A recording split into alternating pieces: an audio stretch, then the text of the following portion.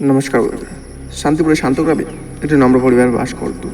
আর্য, তার স্বামী রমেশ এবং তাদের ছোট মেয়ে মীরা তাদের অতিথিয়তা এবং দয়ার জন্য পরিচিত। তারা ভগবান শ্রীকৃষ্ণের শিক্ষা বিশ্বাস করত, যারা প্রেম, করুণা এবং প্রতিটি অতিথির মধ্যে দেবত্ব দেখার গুরুত্বের উপর জোর দিয়েছিলেন।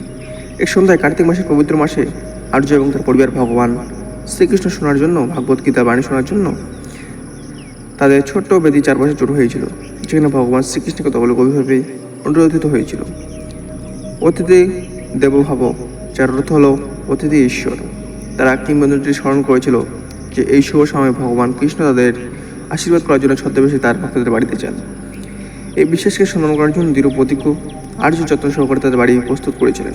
তিনি প্রবেশদ্বারটি ফুল দিয়ে সজ্জিত করেছিলেন এবং তেলের প্রদীপ জ্বালিয়েছিলেন। একটি উষ্ণ এবং আমন্ত্রণমূলক পরিবেশ তৈরি করেছিলেন। ভগবান শ্রীকৃষ্ণ তাদের গ্রহে অনুগ্রহ করবেন, এই আশায় তার হৃদয়ে প্রতীক্ষায় পূর্ণ ছিল। এক শীতল সন্ধ্যায় একজন ক্লান্ত পথিক তাদের দরজায় কড়া নাড়ল।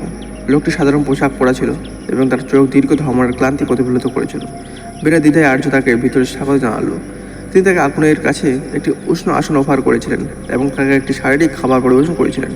রমেশ এবং মীরা তাদের অতিথিকে আরামদায়ক এবং বাড়িতে বোধ করার বিষয়টিকে নিশ্চিত করে যোগদান করেছিলেন।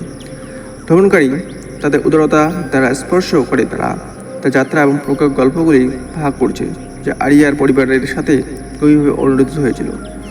গভীর অন্তর্দৃষ্টি এবং সমবেদনা ভরা তার কথাগুলি তাদের ভগবান কৃষ্ণের শিক্ষার কথা মনে করে দিয়েছিল। রাত যত গভীর হতে থাকে, ভ্রমণকারী তাদের দয়ার জন্য ধন্যবাদ জানিয়ে শান্তি পরিপূর্ণ অনুভূতি রেখে চলে যায়। পরের দিন সকালে আর্য বেদির কাছে একটি ছোট বাঁশি দেখতে পান, যা প্রায়শই ভগবান কৃষ্ণের সাথে চিত্রিত করা হয়। তিনি হতবাক কিন্তু একটি ঐশ্বরিক উপস্থিতি অনুভব করেছিলেন। সেই রাতে তার স্বপ্নে তিনি ভগবান শ্রীকৃষ্ণকে দেখেছিলেন, যিনি তার সাথে আলতোভাবে কথা বলেছিলেন, আমি পথিকের রূপে আপনার বাড়িতে এসেছি। আপনার দয়া এবং ভক্তি আমার হৃদয় স্পর্শ করেছে। মনে রাখবেন, আমি আগত প্রত্যেক অতিথির মধ্যে থাকি তোমার দরজায়। আর্য আনন্দ এবং কৃতজ্ঞতায় অশ্রুতে জেগে উঠলেন। বুঝতে পেরেছিলেন যে তাদের অপ্রত্যাশিত অতিথি আসলে ভগবান শ্রীকৃষ্ণের একটি ঐশ্বরিক সফর। তিনি রমেশ এবং মীরার সাথে তার অভিজ্ঞতা ভাগ করে নিয়েছিলেন, যারা সম্মানভাবে অনুপ্রাণিত হয়েছিল এবং কৃষ্ণের শিক্ষা দ্বারা বেঁচে থাকার অঙ্গীকার করেছিল।